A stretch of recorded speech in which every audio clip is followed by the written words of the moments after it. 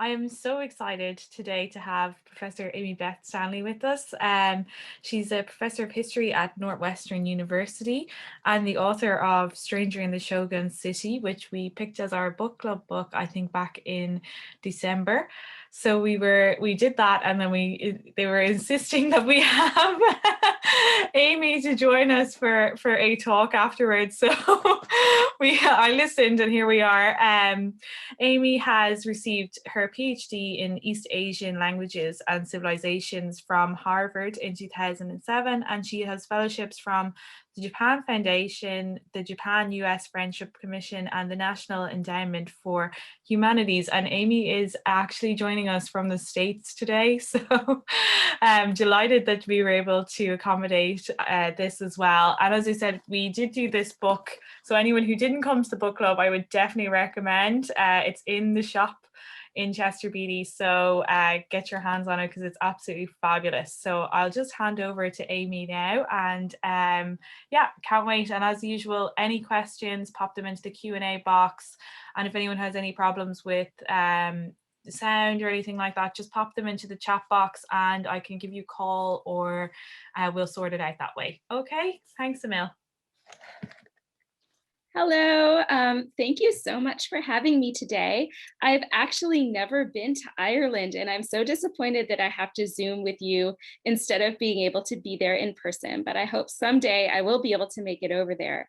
So I am here today to talk about my book, Stranger in the Shogun City. So let me pull up my PowerPoint. And I know that many of you have already read this book, and so I'm hoping that it will both introduce the people who have not read it, might be interested in reading it, and also provide some further detail and visuals and background to people who have, in fact, read the book.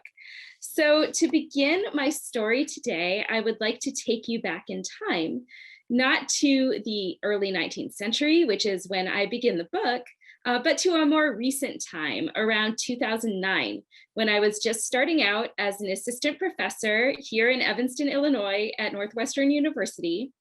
And I was assigned for the first time to teach a survey class, the big lecture, on early modern Japan, so the period between 1600 and 1868, which is my specialty. I was really excited to do this, and I started looking around for things that I could assign to my students that had been translated into English. And I became frustrated because at the time, there wasn't much material about everyday life in villages. And I wanted my students to understand what ordinary people's lives were like. So I was looking all over the internet for primary sources, that is original documents that I could translate and then assign to my students. And I ended up on the website of the Niigata Prefectural Archives. And this is what the website looks like. If you've never been to Niigata, don't know where it is right here on the coast of the Sea of Japan, where that big arrow is. And it is a lovely place, which is known for the quality of rice that's grown in the area and also for sake. And one of my favorite things about the Niigata train station is that in the Niigata train station, there is a store where there's an entire wall up and down of little like taps. And you can go get a little sake cup and you can go and sample all the different sakes that come out of these taps. And there are at least 100 of them. You would never be able to finish it, but this is what this area is known for today. But unfortunately, when this story begins, I was not in Niigata drinking all the sake. Instead, I was sitting in my office in Evanston, looking at the webpage of the archive that's located there. And I found that they had an internet document reading course, which introduced some of the interesting documents in their collection to the local community, because the Niigata Prefectural Archives is a public institution, and they want to show people in the community their own history and invite them into the archive so that they can understand all of the interesting documents and artifacts that the archive possesses. So I was idly looking through this internet document reading course, which introduced the various documents in the archive, especially the interesting ones, when I clicked on episode 12 and I saw something that stopped me in my tracks. It was a letter from a woman named Tsuneno, who was living in Edo, which most of you will now know is the old name for the city of Tokyo, in 1840. And it was addressed to her mother back in the countryside. And this is what it looked like. Now, luckily, the Internet Document Reading course also provided a transcription, which I could read. And out of the transcription, I made a rough translation. This is my translation of that document. The letter began, I'm writing with spring greetings. As you know, I went to Kanda Minagawa-cho in Edo quite unexpectedly, and I ended up in so much trouble. The letter went on in the style that was shockingly vivid and almost contemporary. She bragged about her boss, a wealthy merchant who was building a villa for his concubine. She dropped a reference to a famous kabuki actor, and she also recommended a certain kind of hair oil. Everything in Edo is delicious, she wrote. And she sounded exactly like me writing home emails from my first trip to Tokyo in 1997, because then and now, everything in Tokyo really is delicious. So even before I knew the rest of Tsuneno's story, I fell in love with the voice in this letter. The archive in the Internet Document Reading course provided a brief synopsis of Tsuneno's life story, that she had been divorced and run away from her village, that she ultimately ended up in the service of a famous Edo samurai. And it also said that it had dozens of letters written by her in the archive. So I flew to Japan as soon as I could. I arrived in Tokyo. I took the train through the mountains to Niigata. And I spent days in the archive taking pictures of hundreds and hundreds of documents.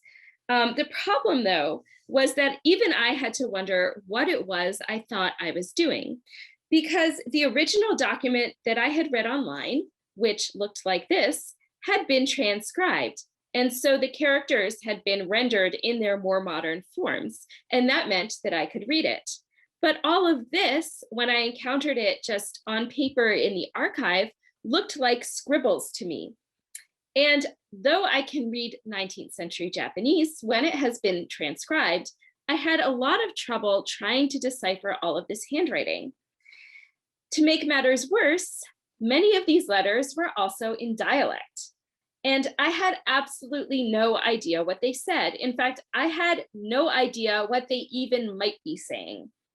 So I thought to myself that I was wasting my time and, more importantly, my research funding. I'd gone all the way there, though, so I just stood in the archive for a few days, taking picture after picture after picture of all of these documents that I could not read.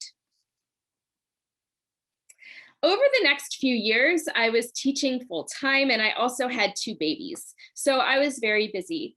But that original voice in that letter that I had read online, Tsuneno's voice, just wouldn't let me go.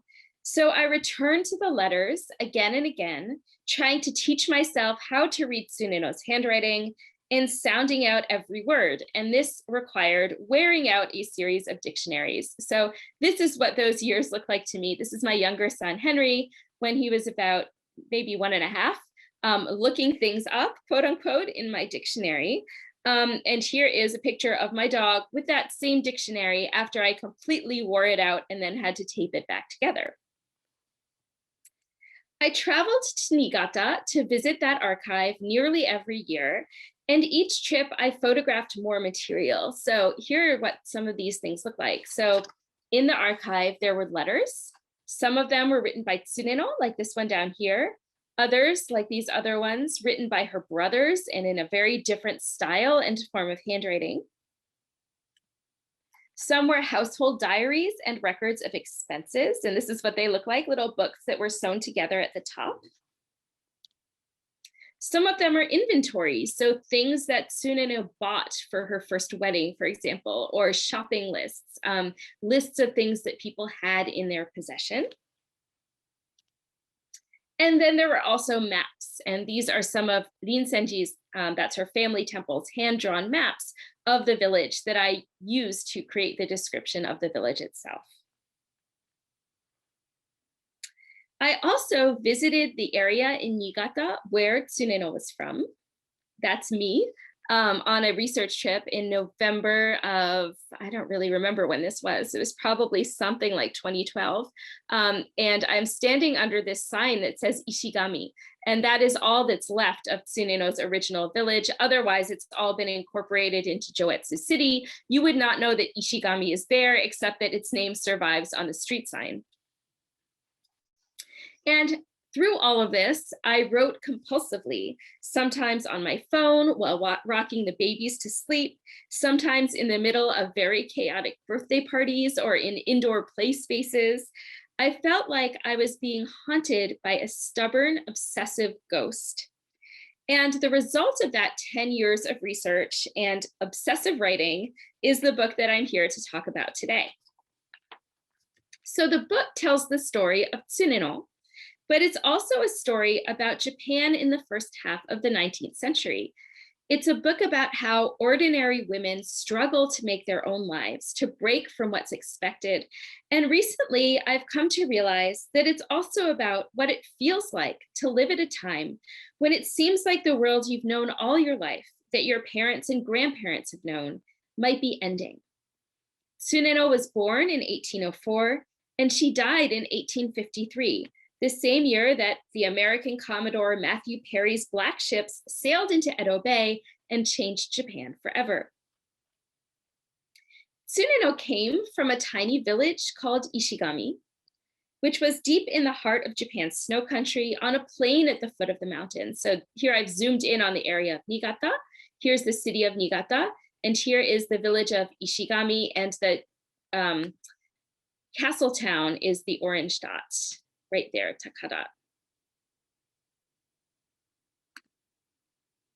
Ishigami was the kind of place where people spent the winters inside, huddled in smoky, dimly lit rooms, the kind of place where the wind whipped the snow across the rice fields so fast that it could be impossible to find your way. The old people said that it was freezing from equinox to equinox, and during the long winters, it was difficult for letters or packages to get in and out. Horses couldn't be used because they could get stuck up to their bellies in snowdrifts. And if a special message from the Shogun came through, peasants had to be sent in flat, heavy shoes to stomp on the highways and make them passable. And here is an illustration from a book at the time. This is called Hokuetsu Seppu. And it was an illustrated book written by a native of Tsuneno's area of the countryside, trying to explain customs where he lived to people in the big city. And so you can see the varieties of snowshoes and shovels and coats, and then these illustrations of peasants kind of digging their way through these enormous piles of snow. Here is an image of that region today. This is actually a very popular sightseeing spot, so not all of Niigata looks like this, but you can see that it's quite snowy and mountainous.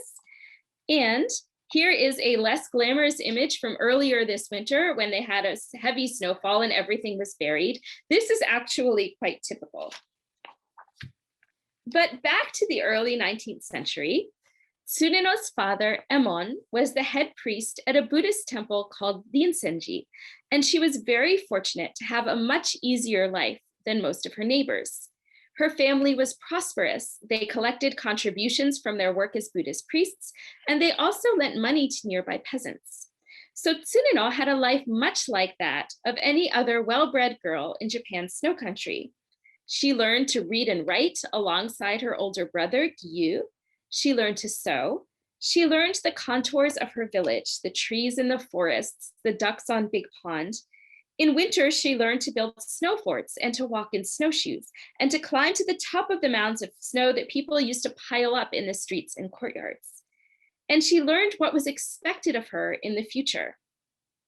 As the popular textbook, The Greater Learning for Women said, and this is the very famous first line of The Greater Learning for Women. This is my own copy from the early 19th century. It says, "To be a woman is to leave home and get married." It admitted no other choice. And when Tsuneno was only 12 years old, this is exactly what happened to her. She was sent away with a huge trousseau to the distant northern province of Dewa.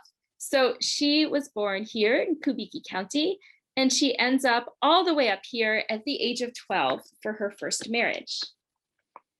Her husband, a man who I think she had never met, lived in the river town of Oishida. Oishida, which you can see in the map over here, was a river town that specialized in the trade in safflowers. And safflowers are these kind of yellow-orange flowers, which can be processed, as you can see the peasants doing here, and made into dye. Ultimately, this is what's used for like lip dye or cosmetics, or also dyeing kimonos, either yellow, orange, or red colors. Oishida was not a bad situation. It was a prosperous town, and it was the best her parents could do, because actually the temple she married into was much larger and had a kind of higher social status than the one that she came from. Amazingly, that temple that Tsuneno married into at the age of 12 is still there. It's called Joganji. It is still in Oishida. And many of the original buildings have been rebuilt or burned down. In fact, the temple had a huge fire around 1830, which Tsuneno was there for. But some of the original structures still remain, including the graveyard. And these gravestones here belong to people that Tsuneno would have known. And these are some of the other older structures. This is the temple bell. This is the storehouse. I'm pretty sure these things burned down in 1830, so they're later constructions, but quite old. Tsuneno's first marriage here at Joganji lasted 15 years, but then Tsuneno was sent home with a letter of divorce. It was amicable. Her husband remained quite friendly with her family, but it was a definite ending. Tsuneno by then had lived in Oishida for over half her life. She had attended 15 years of festivals and memorials and readings from the sutras. She had learned her parishioners' names, greeted their children, and offered condolences at their funerals. Hundreds of people had been her husband's responsibility and hers. She had mastered the routines of the household, changing with the seasons. She had rushed around before the new year with frozen breath and aching hands in the early mornings. She had listened to the rain on spring nights when the Mogami River ran so quickly that she could hear it from the temple. She had accepted gifts of summer vegetables on days when tall birds stood still in the fields. She had greeted unexpected visitors left on trips and managed all kinds of domestic catastrophes. But now those were memories. She would never go back. The only thing for her to do, unless she wanted to remain in her parents' house forever, was marry again. And by this time, her brother Gyu was in charge of things. He made a good match. She would be married to a peasant nearby this town in the mountain village of Oshima. So she is over here in Ishigami. She'd gone all the way to Dewa for her first marriage. And this time she's just going over here to Oshima, a village in the mountains.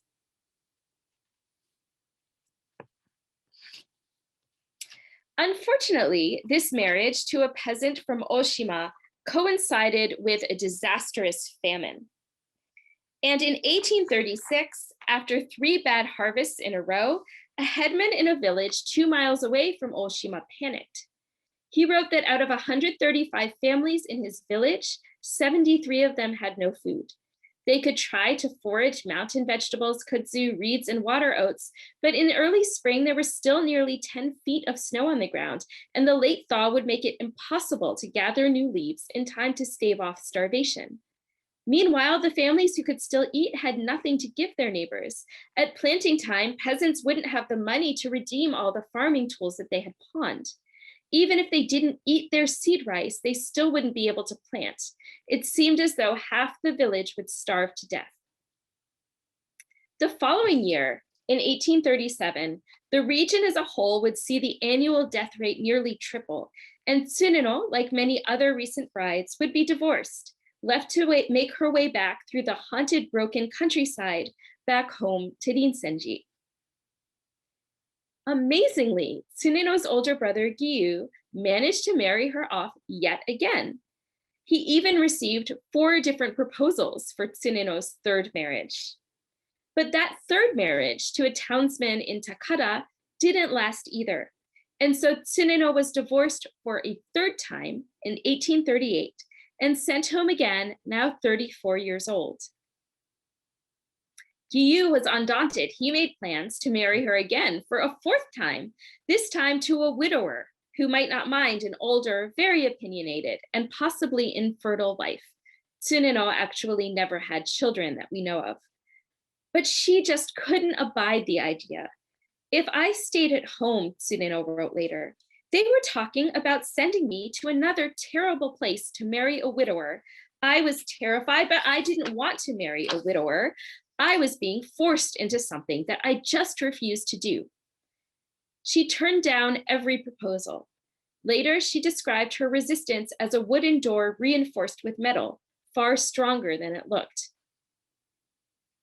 She had another plan, to go to the big city of Edo. She told everyone she wanted to go, but her family would never let her leave. Finally, a man of her acquaintance, a junior priest named Chikan, took her seriously. He said that he had family in Edo and he would take her there. She left home saying she was going to visit one of her brothers and instead met Chikan on a bridge in the castle town in Takada. So it's the Shimogomachi Bridge. You can see it here on this old map of Takada. And this is what some of the buildings in that area look like today. It's a traveler's district. So there are a lot of inns and little shops there. When Tsuneno met Chikan on the bridge, he said that he was going to Edo right away. Tsuneno said that she would not go with him because she did not want to leave so soon. Chikan said that was ridiculous. She could pawn the clothes she was carrying, get some travel money, and they could just go. He spoke to her kindly as if she were a younger sister. All of this she remembered later. But at the time, she stood on the bridge. A few blocks to the south, one of her brothers was waiting with his wife and family, expecting her any minute. To the west was her home, Rinsenji, her family, the endless conversations about marriage, an existence that had become intolerable. Surrounding her were the inns and shops of Takada. Pack horses and travelers crossed the bridge. Everyone was somewhere to go. And beyond them was the northeastern countryside, the fields and mountains where Tsuneno had spent half a lifetime. I imagine that she must have considered her past in that moment. 35 years of tar black nights, blinding sunshine on snow, and thick icicles like giant white radishes hanging to dry. How many more years did she have left? And so she handed over her clothes to Chikan, and he found a man to take them to a pawn shop, and then they left, went down the highway, past Mount Yoko, the furthest, highest peak on the horizon of her childhood, and headed to the great city of Edo. Tsuneno's experience in the city of Edo is at the heart of my book. All of you here are probably familiar with the concept of the city of Tokyo, and most of you might know about Edo if you have read this book. But believe me when I say that most people in the United States, at least, have never heard of Edo, even though in 1800, Edo had 1.2 million people, far more than London's roughly 800,000, and about on par with Beijing's 1.1 million. Then, as now, it was the biggest metropolitan area in the world. And as Tsuneno was about to discover, it was not an easy place to live. Here, I'm going to read a little bit from the book, but also show you some images from reconstructions and museum exhibits to illustrate what Tsuneno's life in this city might have looked like. With no money and no immediate prospect of a job, Tsuneno could not do much on her first days in Edo. It was hard enough just to get her bearings. From the main streets of Inner Kanda, the order of the city was comprehensible. It looked more or less like it did on printed maps, a series of blocks divided from one another with gates and fencing. But the back alleys were different, dark and unpredictable, as if the passages between the store's facades led to an entirely different world. Tsuneno walked down pathways so narrow that the eaves of facing buildings nearly touched. Two adults could pass one another, but if one of them happened to be a peddler with baskets slung over his shoulders, then the other would have to step aside. Below her feet, uneven flagstones were set into packed dirt. Along the row houses, sliding door followed sliding door.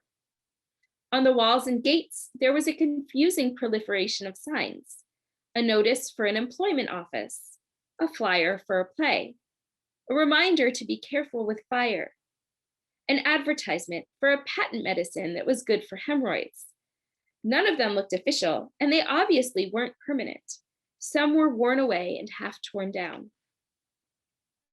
It was clear that there was no plan at work. None of the paths seemed to go very far before they stopped and veered off at right angles. Then there would be a new series of doors and a new series of bewildering signs, or suddenly a tall storehouse belonging to someone on the main street. Sometimes the wells and outhouses were set out haphazardly in the middle of the pathways, but sometimes they occupied their own little clearing alongside an overflowing trash box. There. These were the only places where it was possible to look up and see more than a sliver of sky. But it was better to keep looking down. There were plants, baskets, toddlers, and dogs underfoot, and the ground was wet where people had been doing their laundry. It seemed that no one made any distinction between indoor and outdoor space. Tools, noises, and smells spilled out onto the pathways, and people conducted their personal business in plain sight. They went to and from the bathhouses nearly naked, and since some of the outhouses had only half doors, men urinated while talking to their neighbors. In the middle of the chaos, it was obvious that Tsuneno was in Edo. Where else would be this crowded and loud? But it was hard to tell exactly where she was or how to get out. Was this what Tsuneno had come all the way from Echigo to see? Chikan didn't care. He was almost out of money, at least that was his story, and this was the only part of the city he could afford. The room he rented was a 3-mat, only 6 feet wide and 9 feet long. A very tall man could have grazed both walls with his fingertips, and 2 adults could barely set out their futons side by side. Even the next size up, a 4.5 mat, was unbearably cramped for more than one person. A few decades before Tsuneno arrived in the city, the writer Shikite Sanba joked, "They say that someone who lives in a 4.5 tatami room is like an inchworm, all bunched up now so they can stretch out later." This implied a kind of ambition on the part of Edo's tenement dwellers, who could endure discomfort in the hope of upward mobility. In Tsuneno's case, the 3-mat room was the opposite, the end point of a precipitous downward slide. It was the smallest and probably the filthiest place that she had ever lived. From the packed dirt entryway, which was just about big enough to hold 2 pairs of sandals, there was a step up into the main room. Inside, there was 1 tatami mat set lengthwise, and then beyond it, 2 more stretching side by side toward the back wall. Otherwise, the room was bare. Tenements didn't typically come furnished. And there was no room for furniture anyway. If Tsuneno had extra clothes, which she didn't, she would have to hang them on the walls or stack them in baskets. If she had a futon, which she didn't, she would have to roll it up and shove it in the corner. During the day, this one room would need to be the living and eating space, and it wasn't pleasant. The only light came from a window facing forward into the alley. Since most tenement houses consisted of 2 rows of units facing opposite directions, both the side and back walls were shared with other units.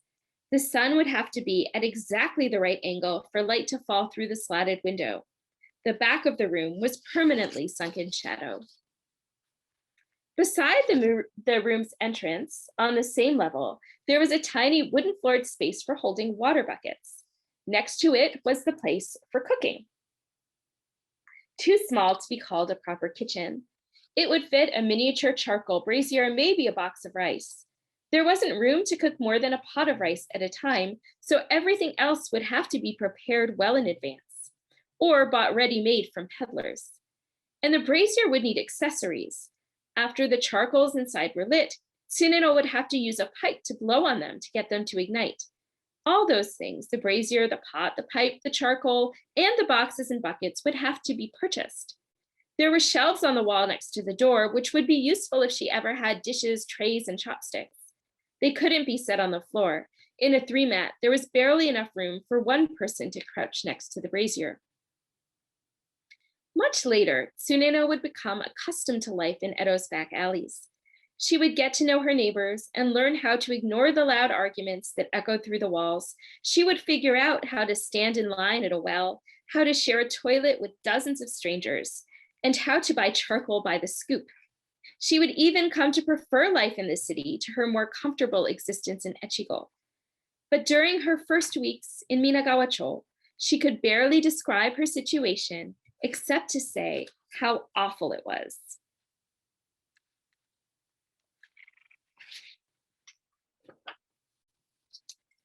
Chikan, Tsuneno's traveling companion, was certainly useless. Within weeks, he abandoned her with only 1 gold coin to her name and no clothes. But Tsuneno found a way for herself in the city. The story of how she did that, how she went to work as a maidservant in a samurai's mansion, how she then ended up working for the very wealthy man I mentioned at the beginning of the talk, how she married a masterless samurai and ended up living in the scariest place in Edo, the city magistrate's office. All of that is the story of the book. Along the way, it includes a famous actor who played women's roles on the kabuki stage, an assortment of gangsters, an intimidating, possibly tattooed city magistrate, who you can see here, and of course, always Tsuneno. She was, by her own admission, an extremely bad-tempered person, stubborn and difficult. But that was what it took to make a life in the city, in a time and place where the odds were always against her. By the time Tsuneno died in 1853, she was a samurai woman and an Edoite through and through. As she would have seen it, her life was not heroic. She didn't contribute to the building or opening of nations or the emergence of a new era. She was one person, an individual, who made choices and, as she might have seen it, left very little behind. No children, no legacy, just letters. But if women like her hadn't come in from the countryside, Edo wouldn't have grown.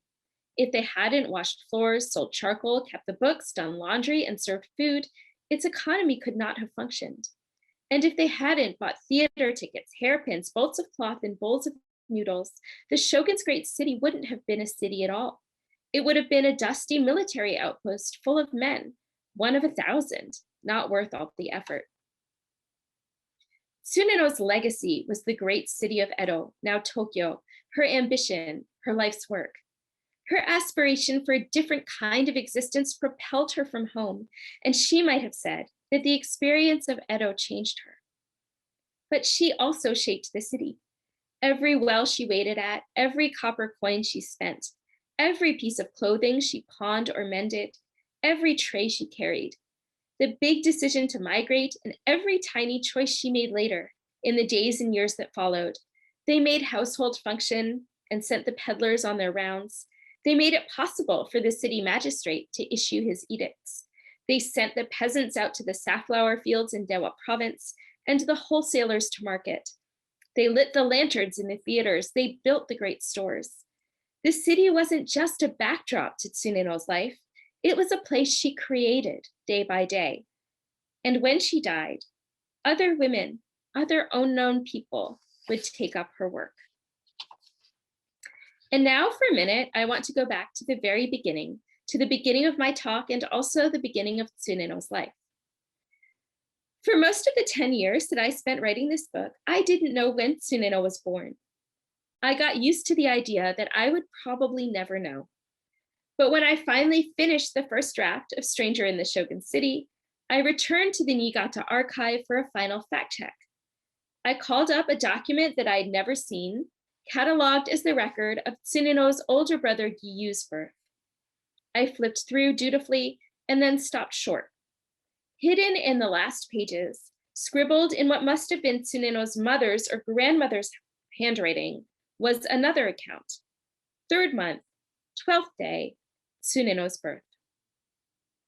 This is the document. When I saw this, I had to turn around and pretend to look at the reference books in the reading room to avoid crying all over the document. It wasn't just that I had never known the exact date of Tsuneno's birth. It was also that after nearly a decade, I could read it. I hope that gives you some idea of what the journey of writing this book was like for me, and also some idea of what might be awaiting you in its pages if you decide to read it. Thank you for having me here today, and I'm looking forward to your thoughts and your questions. Thank you so much, Amy. We have a few questions in already, and if anyone else has any more, just pop them in. But Liz wants to know, how widespread was literacy for women in Japan in the 19th century?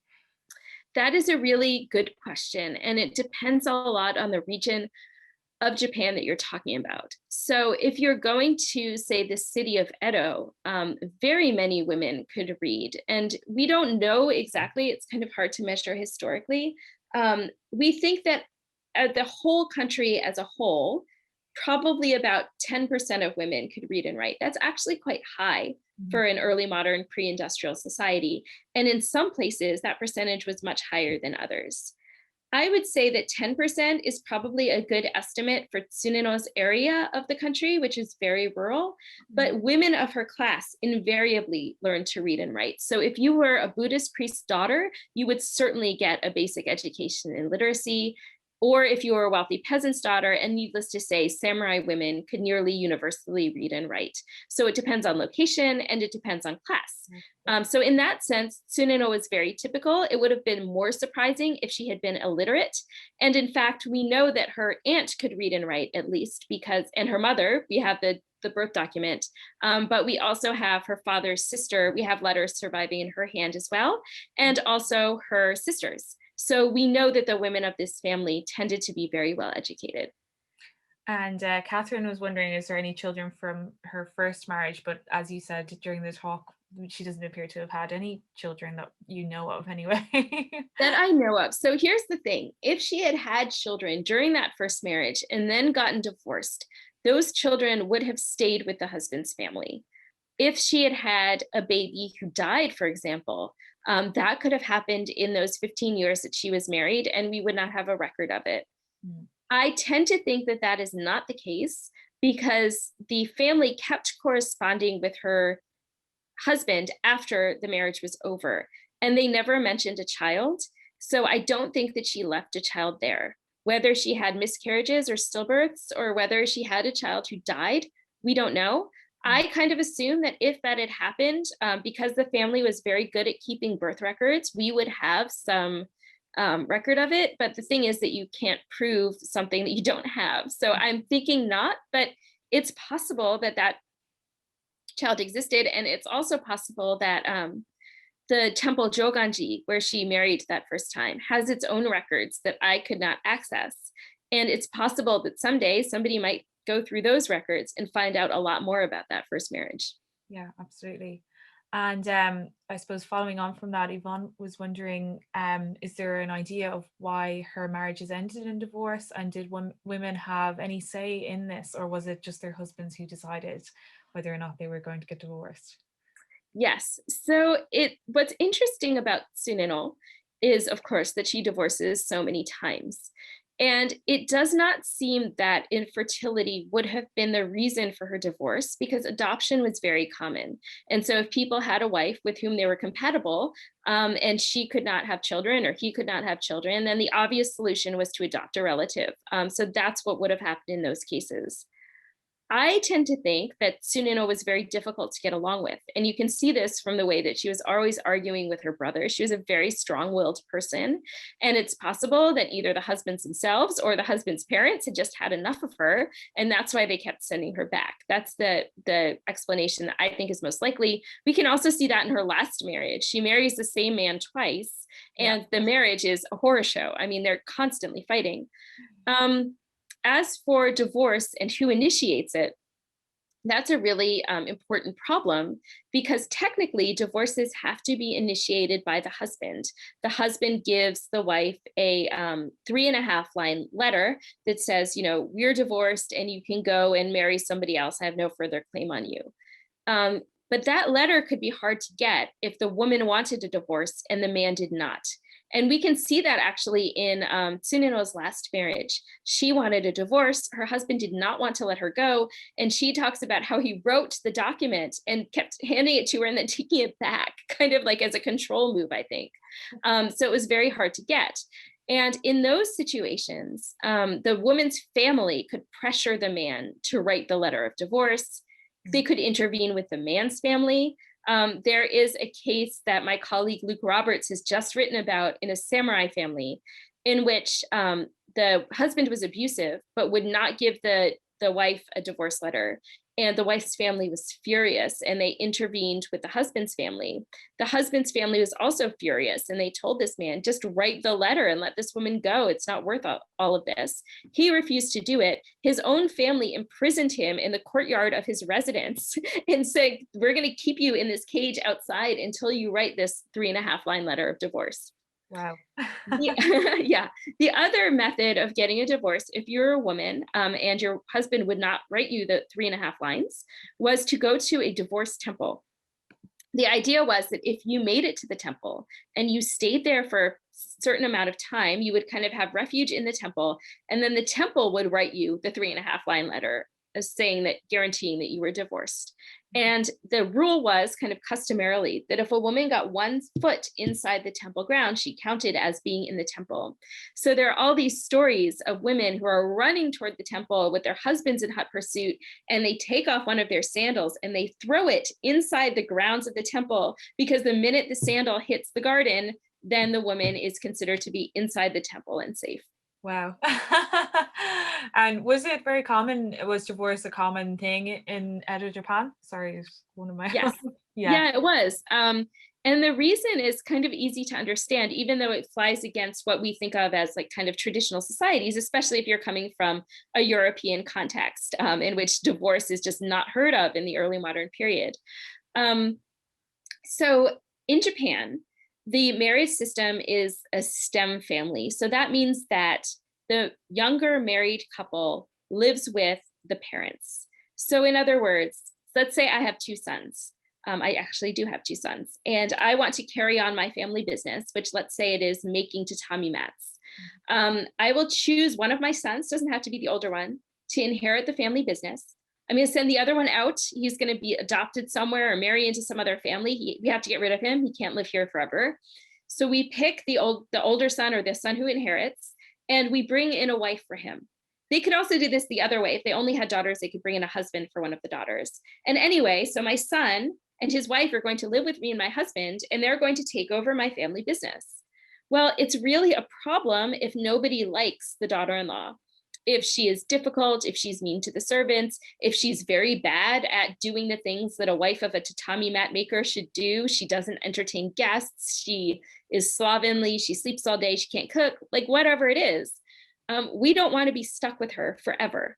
So in that situation, the best thing is to have a flexible system if your priority is to maintain the family line, in which we can send her back and say, you know what, like that didn't work, and bring in a different wife and keep doing it until we get somebody who works for our household. And that is how the Japanese household system worked. And so because it was very rigid about carrying forward in time, it was very flexible about things like divorce and adoption. Cool. And Telka is just wondering, what was the typical life expectancy for a woman at that time in Edo? You know what? I don't know the number offhand, but if I did know it, it would be misleading, because most people who died in their first year of life. And that brings the average life expectancy way down to something like 40. But in fact, most people who survive that first year of life, survive childhood, live to be quite old. So it's not unusual in the Edo period to see people in their 90s. And Tsuneno died at 53. That is probably about maybe a little bit young to die in that period. It was considered that if you had been, yes, the husband could also be sent back in the divorce system. It was considered that if you had lived to 60 because you've completed 5 cycles of the Chinese zodiac, that was like a full lifespan. Okay. And Adrian says, There seems to have been an emphasis on clothes in the novel, and she acquired some and made some, sold most. Seems to have very few in Edo. What was a typical situation regarding clothing for women of her ilk in Edo at the time? She was very obsessed with her clothes. Yes, and I think, I'm also obsessed with clothes, and I think it's because clothes are a form of capital. It's one of the only things that women could own and transport and pawn in exchange for cash. They didn't necessarily have land. They didn't have a lot in the way of jewelry except for hairpins. And so clothes were really the important movable property that a woman could possess. Tsuneno had a very wonderful, a great wardrobe for a provincial girl when she lived in Echigo. And we know this because we have all her inventories, and she has dozens and dozens of kimono and all sorts of accessories, and they really obsessively planned her wardrobe. When she got to Edo, she fell into a completely different class and became the kind of person who would pawn clothes, who would rely on used clothes, who was constantly suffering from a shortage of clothing. At one point, she said she and her husband had one robe between them. That was very typical of Edo's poor. Clothes were really hard to hold on to. But on the other hand, there were used clothing markets everywhere. So people relied on used clothes, on pawning clothes, of kind of constantly trying to manage their wardrobe, not only so that they could be like presentable, so they could go out and get a job or be seen on the streets of the city, but also because those were the things they had that were of value.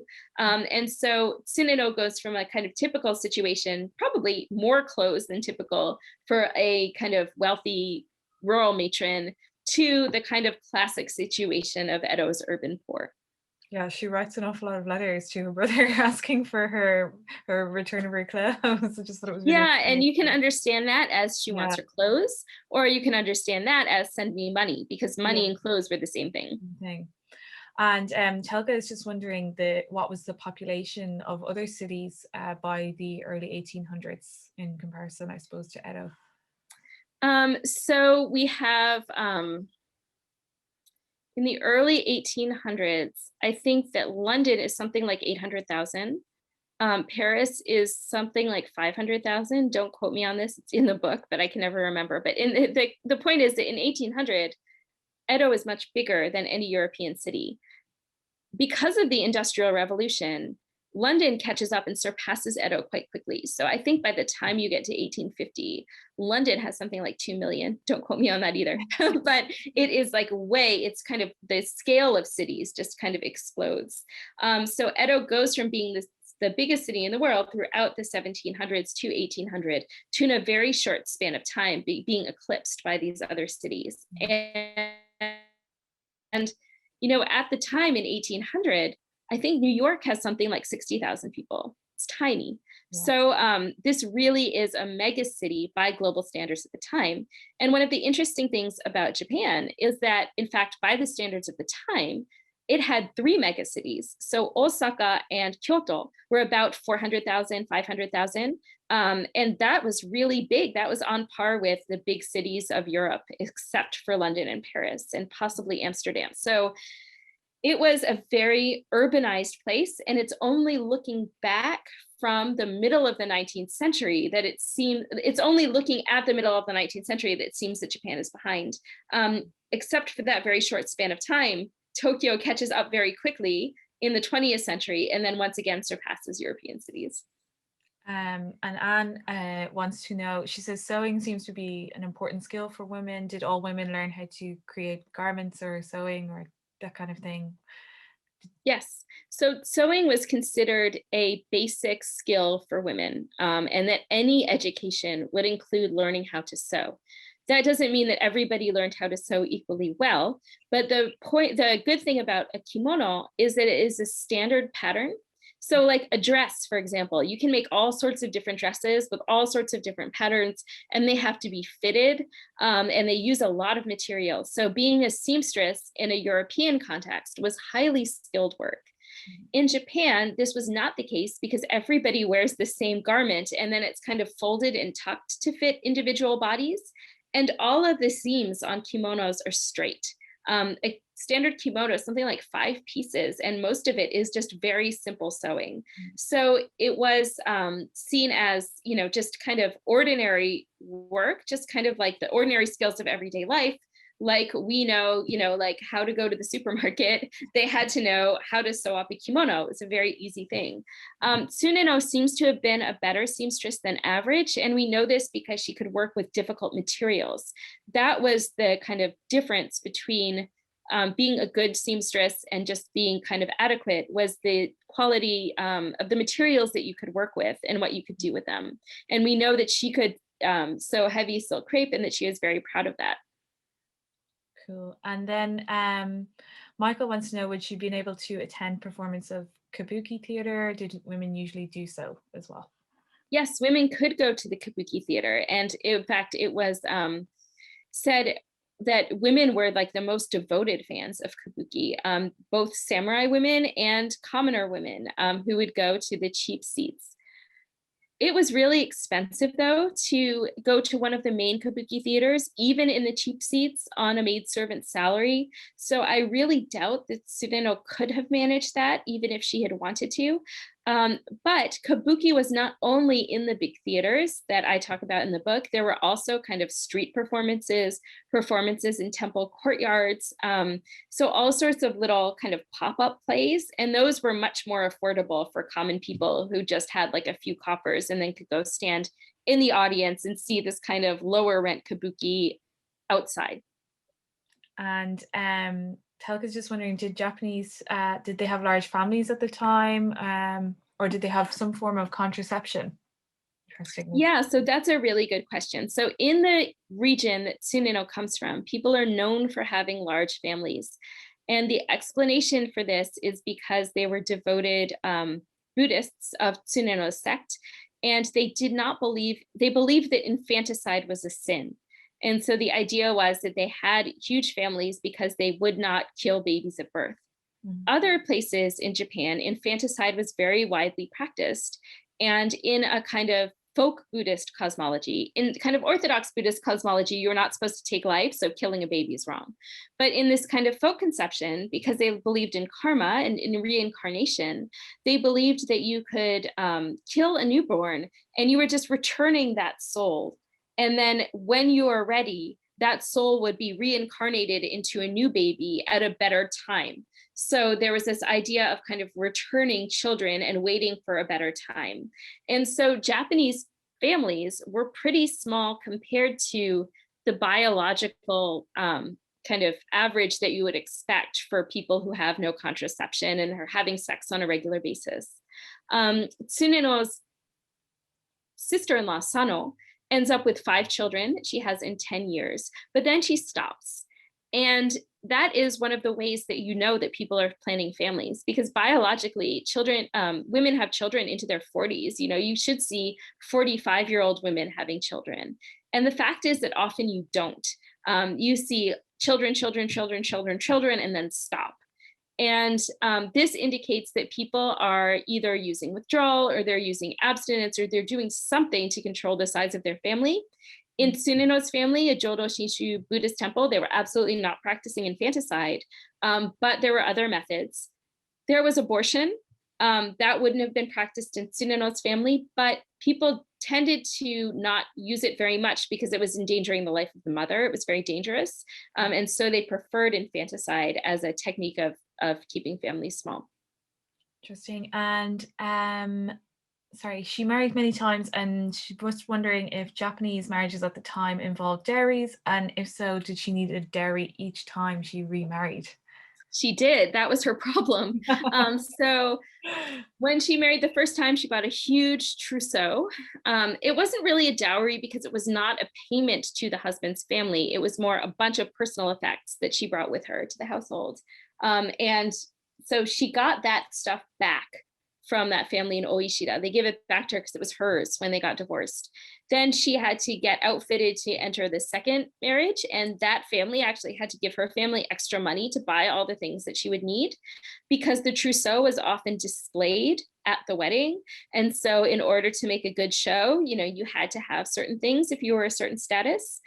We don't know that much about what she brought into her third marriage to the townsmen in Takata. We assume she got all her stuff back and just brought it over there. Yeah. By the time she marries in Edo, though, that's a very casual, informal arrangement, and she probably did not have much in the way of material goods to bring to the marriage. But since it was not an orthodox arranged marriage, her family did not choose this man for her. It was not kind of brokered between two households. It was a very different style of getting married and just much more kind of casual. Yeah. And Mary's just wondering, why were the Japanese cities so big at the time? What were the economic factors that contributed to that? A big That's a really good question. Um, so most of Edo, or in the beginning, was samurai. It was a military city. It was where the shogun had his castle, and he brought all these samurai to live around the castle in order to guard him. And he also had this policy of making the lords of the various domains, so these kind of local lords, come live in Edo for 1 year out of every two. So they were constantly going back and forth between Edo and their own home domains and home castle towns. And they had to bring a lot of samurai with them. So at any point in time, you have a lot of samurai from the countryside who are temporarily residing in Edo. And that accounts for, so between the samurai who are always there because they are the shogun's men and the samurai who are living there temporarily, that accounts for about half of Edo's population. It's about 500,000 people. It's huge. The other people are there because initially the shogun had required artisans to do things like build the city, be purveyors, provide transportation, all of those things that you need to support all these military men who are living in that area. And from there, the population just grew, partly as a result of migration. A lot of people migrated into the city because there were higher wages there than there were in the countryside. Also, it seems that Edo was not as much of a death trap as other early modern cities. They had better sanitation, better water. There were a lot of fires and earthquakes and things like that, but it seems like the epidemic disease burden in Edo was not as bad as it was in a place like London, and therefore more of the migrants survived and started families of their own. Great. And I suppose finally, our last question of the day, and a very final one, Kate wants to know, where was she buried, or where was she buried, or was she? I have no idea where Tsuneno was buried. I could guess. I think probably at Kyoshoji, one of the Edo temples where her brother had connections, although by then maybe those connections had entirely attenuated. I do know that she is, her kind of Buddhist name is kept by her home temple. It's also possible that she was cremated. Probably her brother, we know, was cremated. They could have sent her ashes home to Rinsenji, but I'm not really sure. Interesting. Well, thank you so much, Amy. Thank you so much for having me. We just have a lovely comment here from Mary Redford, our East Asian curator. She just says, thank you so much for a great talk. It was really lovely to hear the research story behind the book and a well-used, I can't even say this word. I don't know, you're going to have to look at it. Dictionary. Kuzushi dictionary. Yeah. And hopefully you will make it over to Ireland someday. We'd be delighted to have you in Chester Beatty.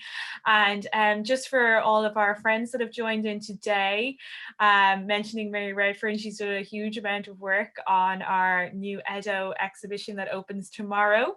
So hopefully you can make it in live person into the Chester Beatty to see that. It's an absolutely beautiful display of all the prints, the Edo prints that we have in the collection. So thank you so much to Amy. And as I said, this fabulous book is available in our shop, and I would 100% recommend. It was Thank you so much, and congratulations on your exhibition. I wish I could be there to see it. And hopefully we'll have Amy in person at some point in the future to the Chester Beatty as well. I'd love that. Thank you. Thank you. Bye-bye. Bye bye.